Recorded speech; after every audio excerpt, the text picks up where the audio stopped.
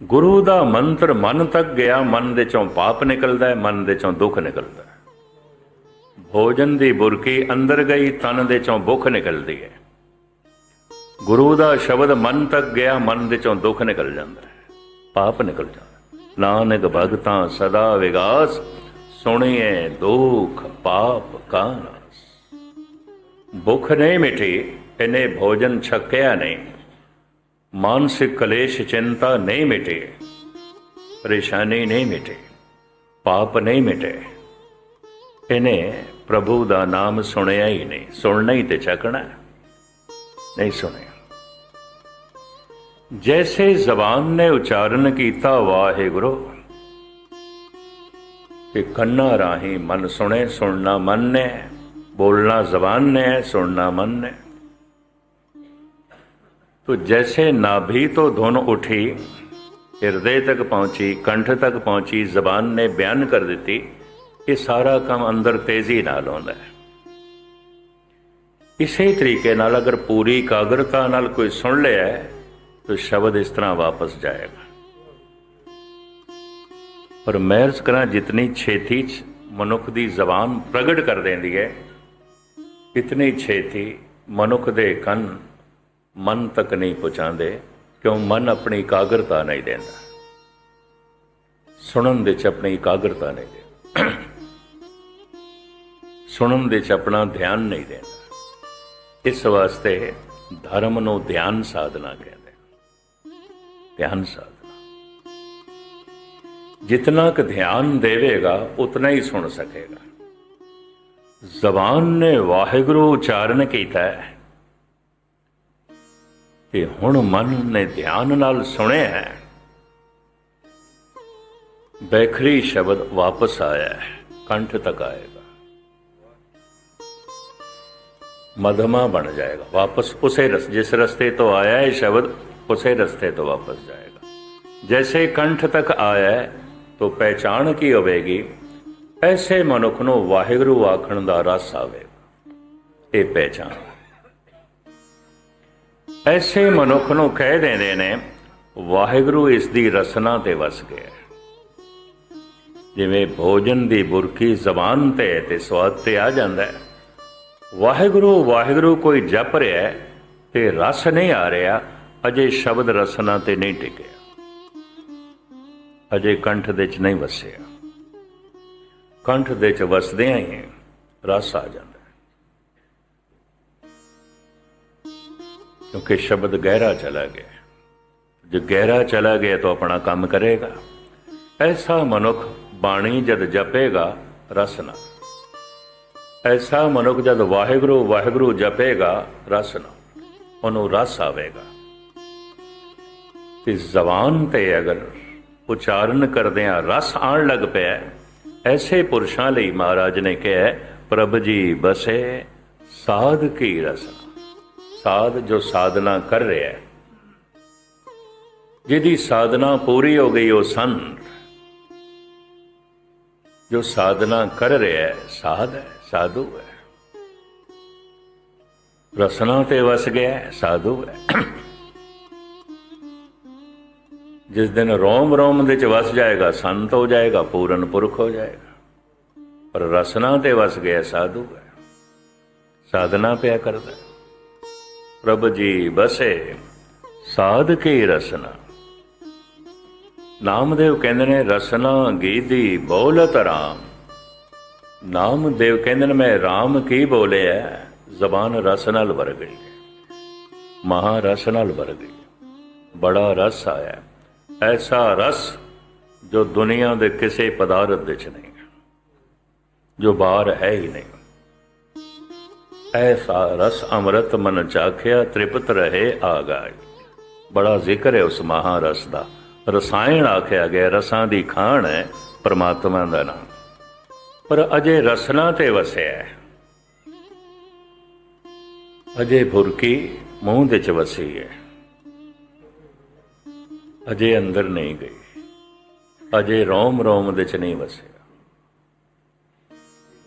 शब्द होर गहरा चला गया पसंती तक। ऐसा मनुख अनाहद नाद सुनता है। ਬ੍ਰਹਿਮੰਡ ਦੇ ਜੋ ਪਰਮਾਤਮਾ ਦੀ ਆਵਾਜ਼ ਹੈ, ਜਿਸ ਤੋਂ ਸੰਸਾਰ ਬਣਿਆ, ਅਨਾਹਦ ਨਾਦ ਉਹ ਸੁਣਦਾ ਹੈ। ਉਹ ਅਨਾਹਦ ਨਾਦ ਸੰਗੀਤਮਈ ਹੈ, ਗੀਤਮਈ ਹੈ। ਜਿੱਦਾਂ ਮੇਰੇ ਪਾਤਸ਼ਾਹ ਨੇ ਜ਼ਿਕਰ ਕੀਤਾ ਹੈ, ਵਾਜੇ ਨਾਦ ਅਨੇਕ ਅਸੰਖਾਂ ਕੇਤੇ ਵਾਵਣ ਹਾਰੇ, ਕੇਤੇ ਰਾਗ ਪਰਿਸਿਉ ਕਈਨ, ਕੇਤੇ ਗਾਵਣ ਹਾਰੇ। ਅਨੇਕਾਂ ਰਾਗਾਂ ਤੇ ਸਾਜ਼ਾਂ ਦੀ ਆਵਾਜ਼, ਗੀਤਮਈ ਸੰਗੀਤਮਈ, ਚੁੱਪ ਹੈ ਤੇ ਸੁਣ ਰਿਹਾ ਹੈ, ਐਸਾ ਉਸ ਨੂੰ ਸੁਣਾਈ ਦਿੰਦਾ। ਆਪਣੀ ਜ਼ਿੰਦਗੀ 'ਚ ਮੈਂ 2-3 ਪੁਰਸ਼ ਇਸ ਤਰ੍ਹਾਂ ਦੇ ਦੇਖੇ, ਸਿੱਖ ਜਗਤ ਦੇ 'ਚ ਔਰ ਅਨਮਤ ਦੇ 'ਚ ਵੀ ਜ਼ਰੂਰ ਹੋਣਗੇ,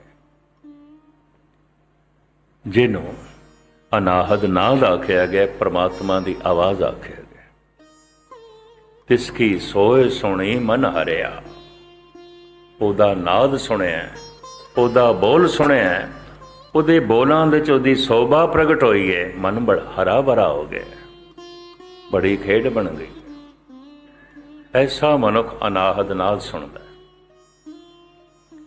ਉਹਦੀ ਦੁਨੀਆ 'ਚ ਮਹਾਰਸ ਹੋ ਜਾਂਦਾ ਹੈ, ਰਸ ਮਹਾਰਸ ਹੋ ਗਏ। ਸੰਗੀਤ ਗੀਤ ਆਪਦੀ ਗਿਆਤ ਲਈ ਅਰਜ਼ ਕਰਾਂ, ਪਹਿਲੇ ਬਾਹਰ ਸੰਗੀਤ ਉਹਨਾਂ ਨੇ ਪ੍ਰਗਟ ਕੀਤਾ ਜਿਨ੍ਹਾਂ ਨੇ ਅੰਦਰ ਦਾ ਸੰਗੀਤ ਸੁਣਿਆ। ਪਹਿਲੇ ਜਿਨ੍ਹਾਂ ਨੇ ਗੀਤ ਬਾਹਰ ਪ੍ਰਗਟ ਕੀਤੇ, ਉਹਨਾਂ ਨੇ ਕੀਤੇ ਜਿਨ੍ਹਾਂ ਨੇ ਅੰਦਰ ਇਹ ਗੀਤ ਸੁਣੇ। ਲੇਕਿਨ ਅਜੇ ਉਹ ਸ਼ਬਦ ਪਰਾ ਤੱਕ ਨਹੀਂ ਪਹੁੰਚਿਆ, ਨਾਭੀ ਤੱਕ ਨਹੀਂ ਪਹੁੰਚਿਆ। ਨਾਭੀ ਤੱਕ ਪਹੁੰਚਦੇ ਆ ਮਨੁੱਖ ਪਰਮਾਤਮਾ ਦਾ ਰੂਪ ਹੋ ਜਾਂਦਾ, ਈਸ਼ਵਰ ਦਾ ਰੂਪ ਹੋ ਜਾਂਦਾ। ਜਪ ਜਾਰੀ ਹੈ, ਸ਼ਬਦ ਨਾਭੀ ਤੱਕ ਚਲਾ ਗਿਆ, ਨਾਭੀ ਤੋਂ ਉੱਠਿਆ ਸੀ। ਕਿਸੇ ਨੂੰ ਕਬੀਰ ਕਹਿੰਦੇ ਨੇ ਉਲਟੀ ਗੰਗਾ ਜਮਨ ਮਿਲਾਓ।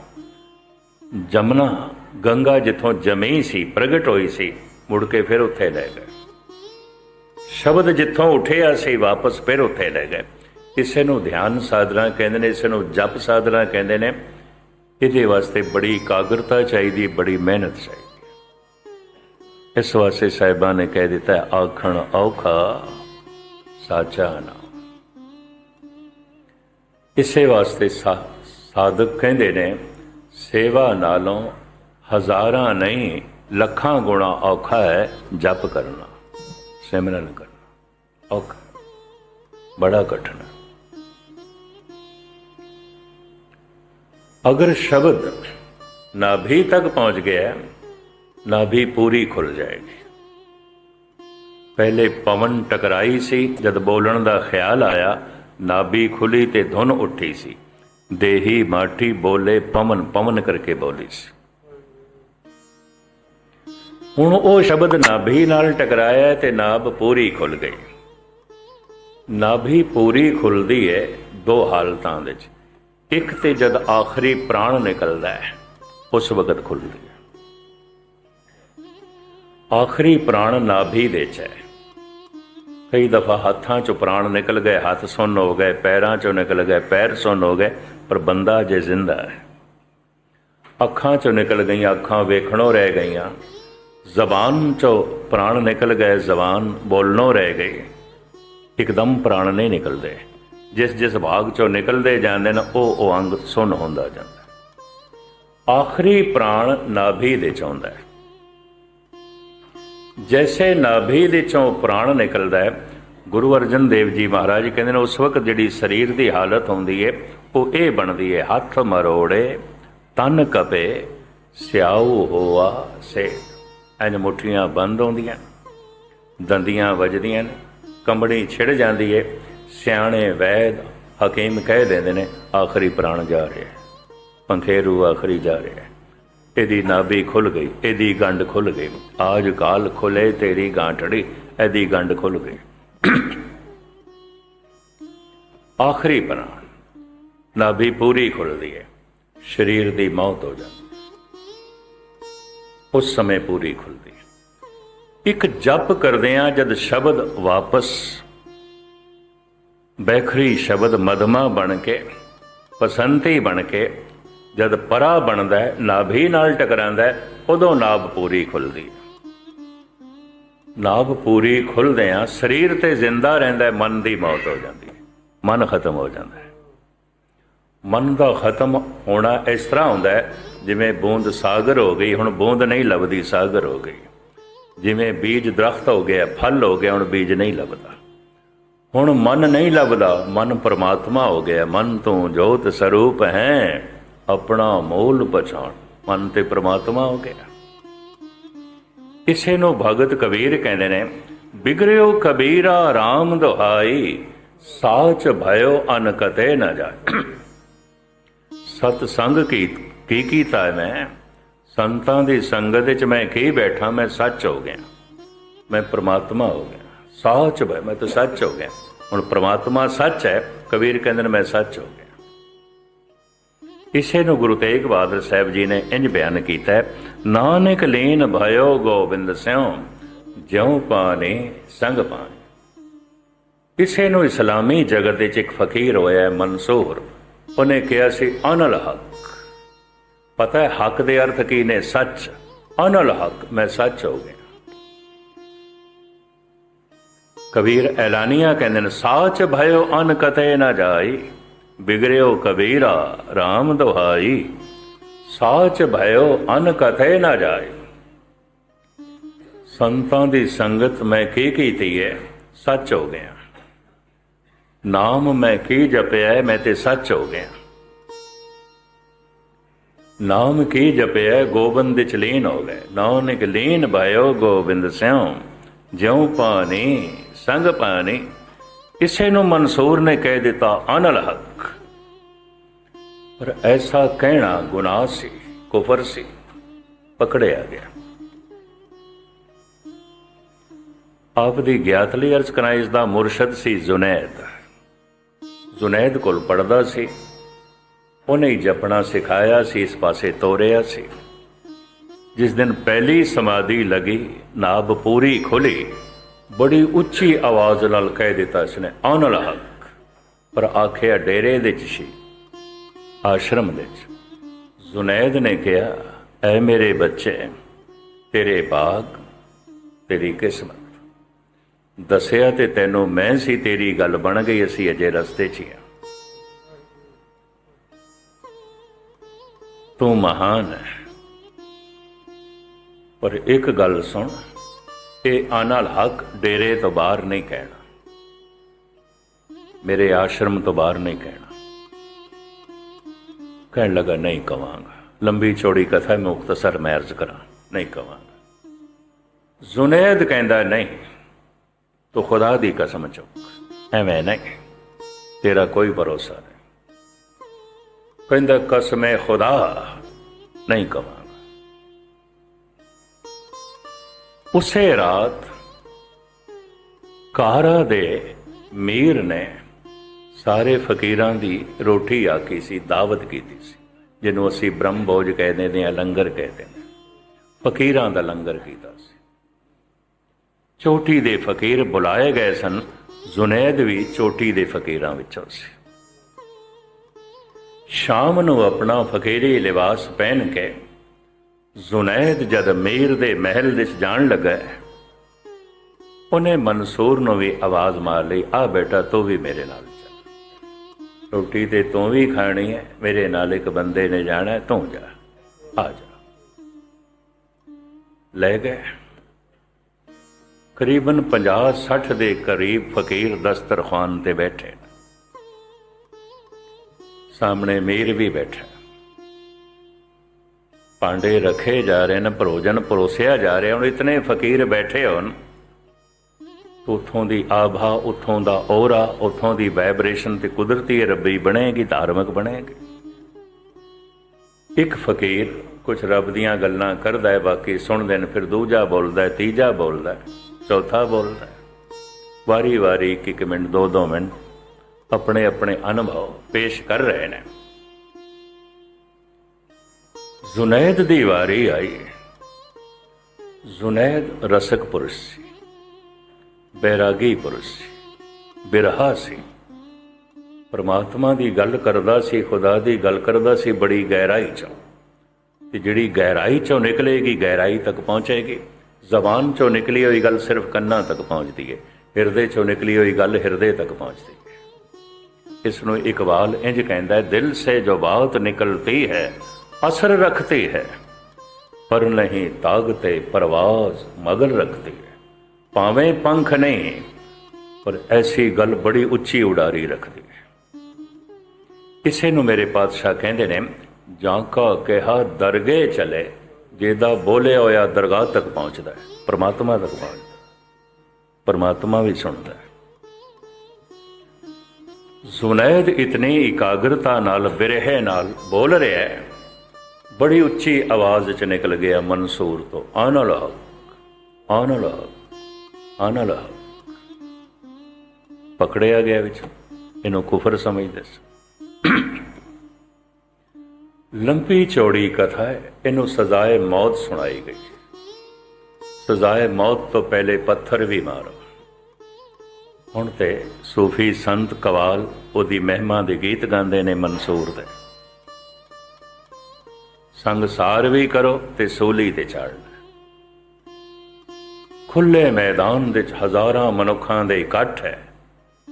ਇਸ ਵਿਚਾਰੇ ਦੀਆਂ ਮੁਸ਼ਕਾਂ ਬਣੀ ਹੋਈਆਂ ਨੇ ਸੂਲੀ ਤੇ ਚੜ੍ਹਨ ਵਾਸਤੇ ਲੈ ਜਾਣਾ। ਲੰਬੀ ਚੌੜੀ ਕਥਾ ਨੂੰ ਮੈਂ ਇੱਕ ਪਾਸੇ ਕਰਾਂ, ਉਸ ਭੀੜ ਵਿੱਚ ਉਸ ਦਾ ਮੁਰਸ਼ਦ ਵੀ ਆਇਆ ਹੈ। ਜ਼ੁਨੈਦ ਕੋਲ ਪਹੁੰਚਿਆ,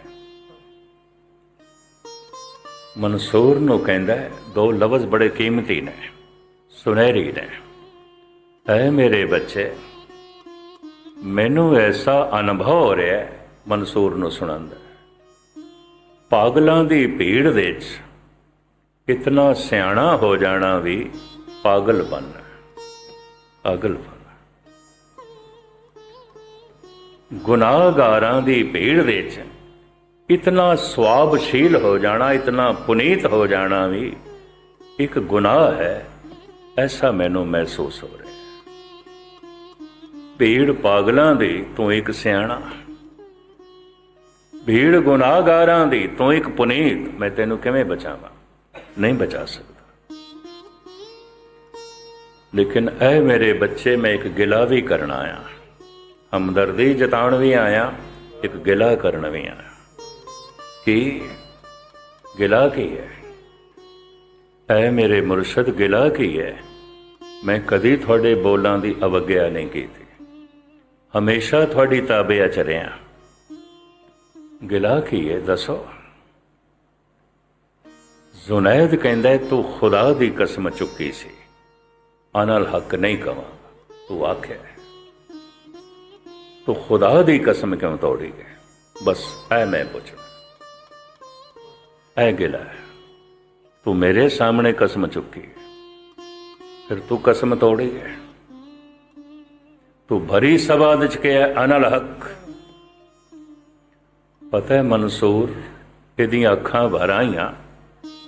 ਕਹਿੰਦਾ, ਐ ਮੇਰੇ ਮੁਰਸ਼ਦ, ਮੈਂ ਕਸਮ ਨਹੀਂ ਤੋੜੀ, ਕਥਾ ਹੀ ਨਹੀਂ ਤੋੜੀ, ਪਰ ਖੁਦਾ ਹੀ ਆਖਣ ਲੱਗ ਪਵੇ ਅਨਲ ਹੱਕ, ਅਨਲ ਹੱਕ, ਤਾਂ ਮਨਸੂਰ ਕੀ ਕਰੇ? ਮੈਂ ਨਹੀਂ ਬੋਲਿਆ, ਇਹ ਤੇ ਖੁਦਾ ਬੋਲੇ। ਮੈਂ ਤੇ ਬਿਲਕੁਲ ਚੁੱਪ ਕਰ ਗਿਆ, ਇਹ ਤੇ ਖੁਦਾ ਬੋਲੇ। ਮੇਰੀ ਕਸਮ ਖੁਦਾ ਤੇ ਨਹੀਂ ਚੱਲਦੀ। ਖੁਦਾ ਦੀ ਕਸਮ ਮੇਰੇ ਤੇ ਚੱਲ ਸਕਦੀ ਹੈ, ਮੇਰੀ ਕਸਮ ਖੁਦਾ ਤੇ ਨਹੀਂ ਚੱਲਦੀ। ਇਹ ਪਹਿਲੀ ਦਫਾ ਹੋਇਆ ਇਤਿਹਾਸ ਵਿੱਚ ਜ਼ੁਨੈਦ ਨੇ ਆਪਣਾ ਮਸਤਕ ਮਨਸੂਰ ਦੇ ਕਦਮਾਂ ਤੇ ਰੱਖਿਆ, ਹਾਲਾਂਕਿ ਉਸ ਦਾ ਗੁਰੂ ਸੀ, ਸਿੱਖਿਆ ਗੁਰੂ ਸੀ। ਤੂੰ ਠੀਕ ਕਹਿ ਰਿਹਾ, ਤੂੰ ਕਸਮ ਨਹੀਂ ਤੋੜੀ, ਤੂੰ ਨਹੀਂ ਬੋਲਿਆ, ਖੁਦਾ ਹੀ ਬੋਲੇ, ਖੁਦਾ ਹੀ ਬੋਲੇ।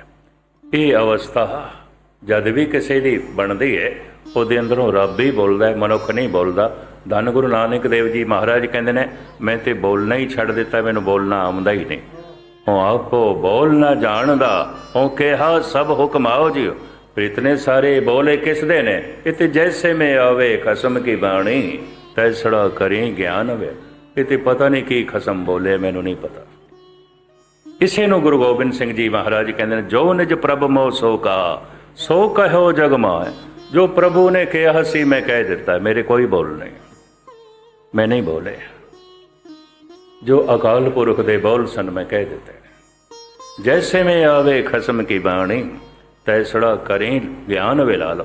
ऐसा मनुख खसम का रूप हो जाता है, ऐसे मनुख का मन परमात्मा का रूप हो जाता है, ऐसी बूंद सागर हो जाती है। मन तू जोत स्वरूप है अपना मोल पछाण।